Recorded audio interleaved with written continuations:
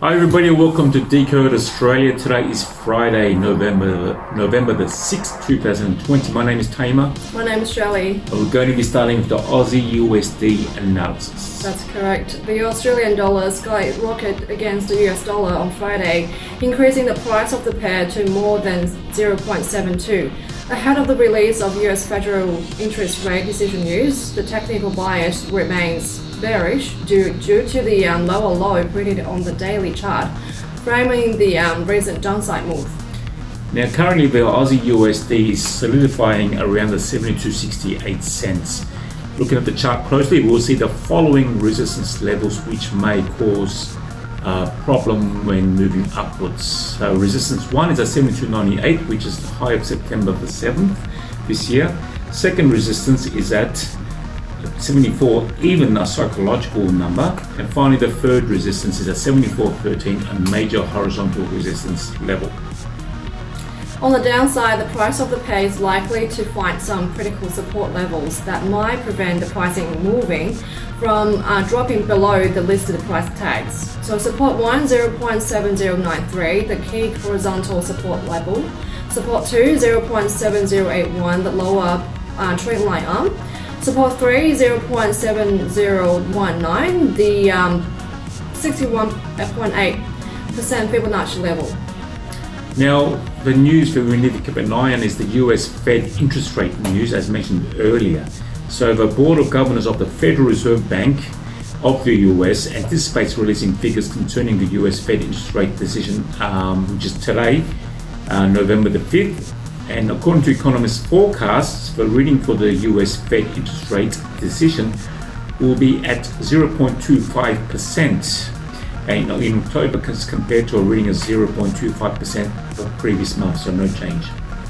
That's correct. The US federal interest rate decision reflects the inflationary and deflationary outlook of the country's economy. So the decisions made by the Board of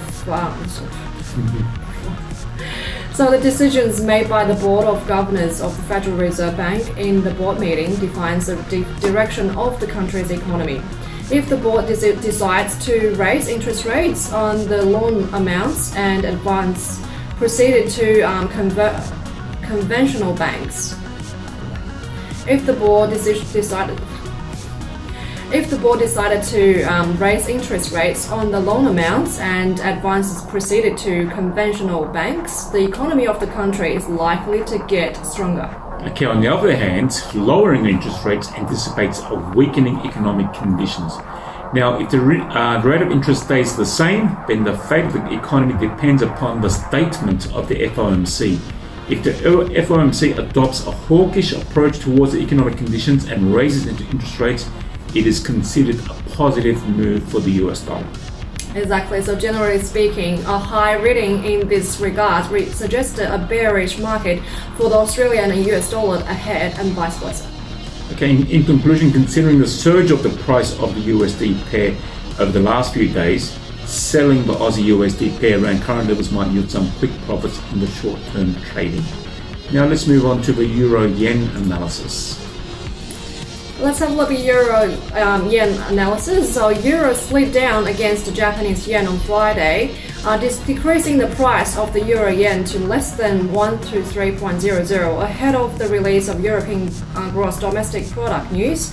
The technical bias remained bearish since the Euro-Yen pair printed a lower low in the recent downside move as shown in the daily frame chart. Okay, now this pair is currently floating around the 122.50 level. Looking at the chart closely once again, when we're moving downwards, we come across the following support levels. Support 1 is at 121.96, which is the low of November 4th this year. Second support is at 121.70, which is the lower trend line arm. And finally, third support, you'll find the 120, even a psychological number. On the upside, the price of the pair is likely to come across some major resistance spots that might push the price backward near the given price level. So it supports resistance 1, 123.73, the upper trend line arm. So resistance 2, 124.09, the 38.2% Fibonacci level. Support 3, 125.00, the psychological spot. So the news for this pair we need to keep an eye on is the European gross domestic product news.